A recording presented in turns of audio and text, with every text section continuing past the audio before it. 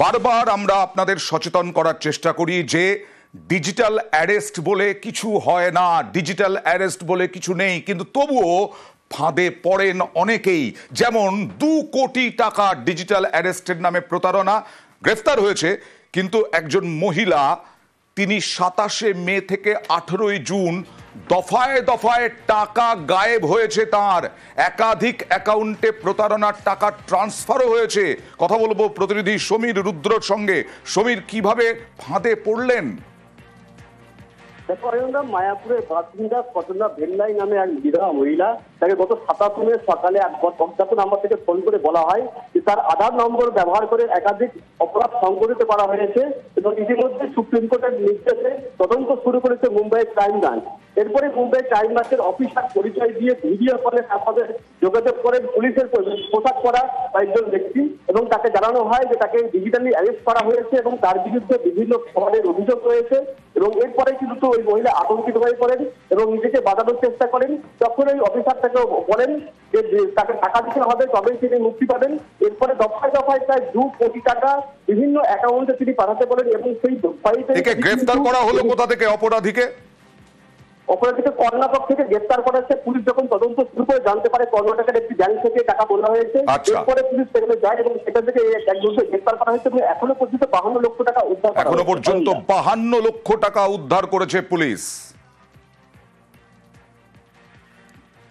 সচনা ভাল্লাইল বলে একজন বাসিন্দা, উনি একটা কমপ্লেন করেছিলেন। ওনাকে ডিজিটাল অ্যারেস্টের ভয় দেখিয়ে এবং বিভিন্ন জায়গায় কেস হয়েছে এই ভয় দেখিয়ে ওনার কাছ থেকে 2,21,747 টাকা 40 পয়সা এটা চিট করে নেওয়া হয়েছে। মুম্বাই পুলিশের জুরিসডিকশনে বিভিন্ন থানাতে তার নামে কেস হয়ে গেছে। ভিডিও কলের মাধ্যমে পুলিশের সেখানের মধ্যে ড্রেস দেখিয়ে পুলিশের পরিচয় দিয়েই সেখানের মধ্যে তাকে ট্র্যাপে ফেলা হয়েছিল। সাইবার ক্রাইম থানা বিনায়ক বলে একজনকে মাইসোর থেকে ধরে নিয়ে এসছে। 52,20,280 টাকা আমরা অলরেডি সেখানের মধ্যে রিকভারি করতে পেরেছি। হোপফুলি আরো লিড আমরা কিছু পেয়েছি। 3 বছর ধরে চলছে রাশিয়া ইউক্রেন যুদ্ধ। এবার কি থামবে রাশিয়া ইউক্রেন যুদ্ধ? ত্রিপাক্ষিক বৈঠকে যুদ্ধ শেষের তোড়জোড়। যুদ্ধ নিয়ে ট্রাম্প জেলেনস্কি বৈঠক, আর বৈঠকের পরই পুতিনকে ফোন করেন ডোনাল্ড ট্রাম্প। জেলেনস্কি পুতিন বৈঠকের প্রস্তাব ট্রাম্পের, আর এই বৈঠকের পরে হবে ত্রিপাক্ষিক বৈঠক। বৈঠক হবে ট্রাম্প, পুতিন, জেলেনস্কির মধ্যে। আমাদের সঙ্গে এই মুহূর্তে রয়েছেন সহকর্মী অতনু।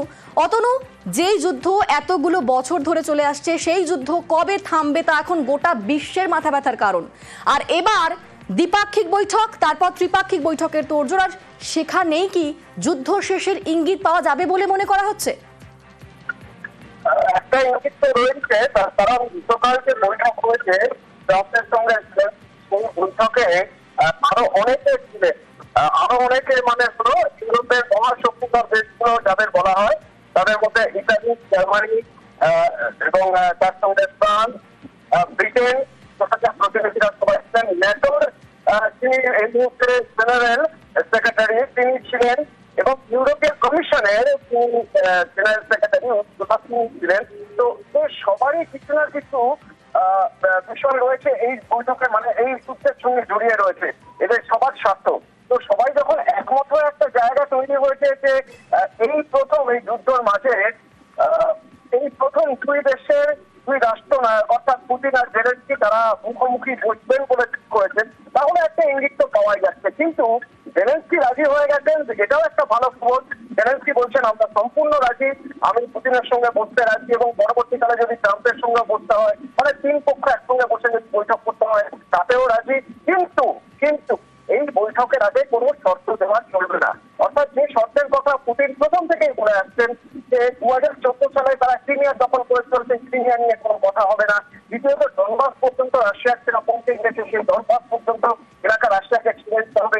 এইসব শর্ত চাপিয়ে যদি বৈঠকে বসতে বলা হয় তাহলে ইউক্রেন বৈঠকে বসবে না, জানিয়ে দিয়েছেন জেলেনস্কি। সুতরাং কোথাও একটা সমঝোতার জায়গা তৈরি হলেও বেশ কিছু কাঁটা এখনো রয়ে গেছে এবং আমেরিকা বিশ্বাস করে আগামী কয়েক সপ্তাহের মধ্যে এইসব কাঁটা একটা সিদ্ধান্তে আসা যাবে। হয় অনন্তকাল যুদ্ধ চলবে, না হলে যুদ্ধ হয়তো থামবে।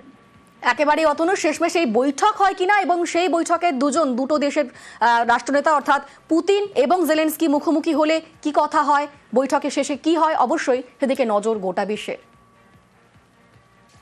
The war is going to end. When it ends, I can't tell you, but the war is going to end, and this gentleman wants it to end, and Vladimir Putin wants it to end. I think the whole world is tired of it, and we're going to get it ended. It was, I've done 6 wars. I've ended 6 wars, and I thought this maybe would be the easiest one, and it's not the easiest one. It's a tough one. A lot of reasons for it. And they'll be talking about it for a long time, but they'll be talking about the others. Look, India, Pakistan, we're talking about the big places. We don't have any day. We just conformed after this productive meeting with the President and then with all our colleagues, with the partners, we confirmed that we are ready for a trilateral meeting.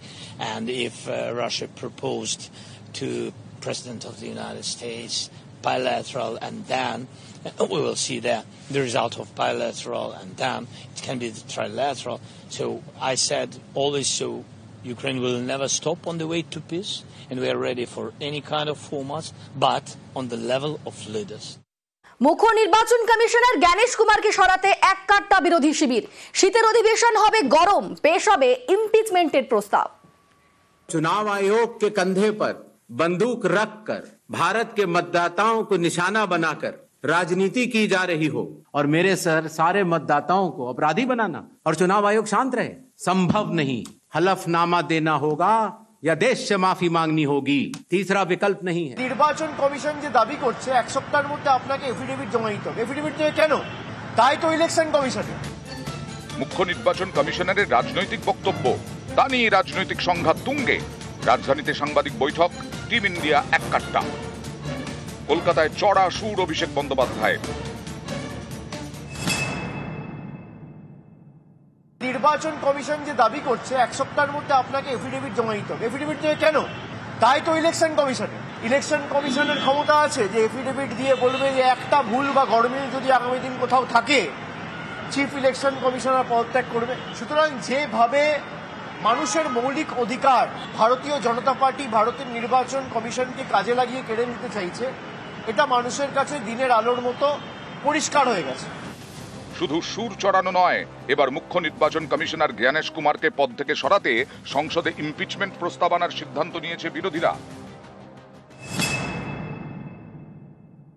যেভাবে সংবিধান বিরোধী এবং গণতন্ত্রের পরিপন্থী হিসেবে ভারতের নির্বাচন commission কাজ করছে, ইমপিচমেন্ট মোশন নিশ্চিত করে মুভ করা হবে, পরের সেশনে মুভ করা হবে। একবার মোশন যদি মুভ হয় কোনো সেশনে, তাহলে সেই সেশনেই তার ফলাফল এসে যায়। যখন সংসদ চলছে, সেই চলাকালীন স্পিকার তার তারিখ ঠিক করেন এবং এই ভোটাভুটির ব্যবস্থা করে থাকেন। ভারতে সংবিধান কার্যকর হয় 1950-এ, নির্বাচন কমিশনও তৈরি হয় 1950-এ। টিএন সেশন মুখ্য নির্বাচন কমিশনার থাকাকালীন নির্বাচনী প্রক্রিয়া একাধিক সংস্কারের উদ্যোগ নেন, যা অনেক রাজনৈতিক দলেরই হজম হয়নি। তবে তাকে সরানোর চেষ্টা সংসদে হয়নি। নিউজ 18 বাংলা।